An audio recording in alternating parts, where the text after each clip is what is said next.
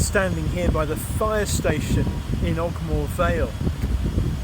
Now, we always hope that we won't be using the fire brigade. We realise that emergencies happen from time to time, but we don't really want to bother. We don't want to phone 999 and use these guys unless we absolutely have to. And sometimes people treat God like that.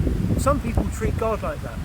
When they're in a real jam, when they're in a tight spot, they'll say, "Lord, save me!" They cry out. And all the rest of the time, they're not bothered.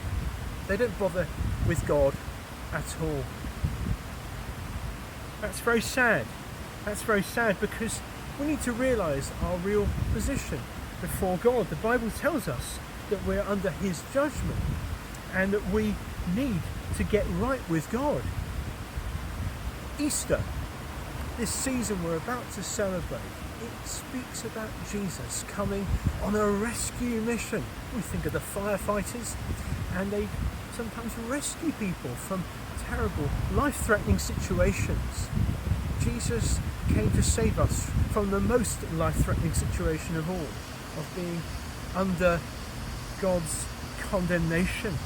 And we read this in the letter to the Colossians, speaking to people who've already trusted in Jesus for salvation.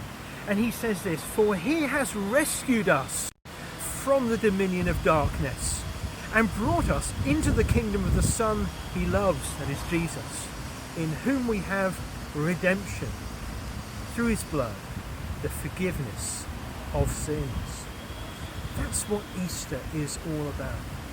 Not simply someone coming to die 2,000 years ago, a strange story for some who want to believe it, for the whole world to know, not just a temporary rescue, such as the wonderful firefighters might do, to preserve our lives for a short while longer, a few more years, but to save our souls for eternity.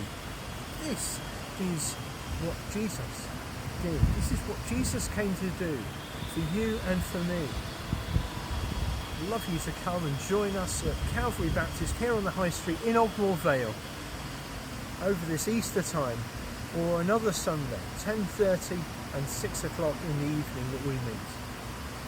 And a very, very warm welcome and happy Easter to you.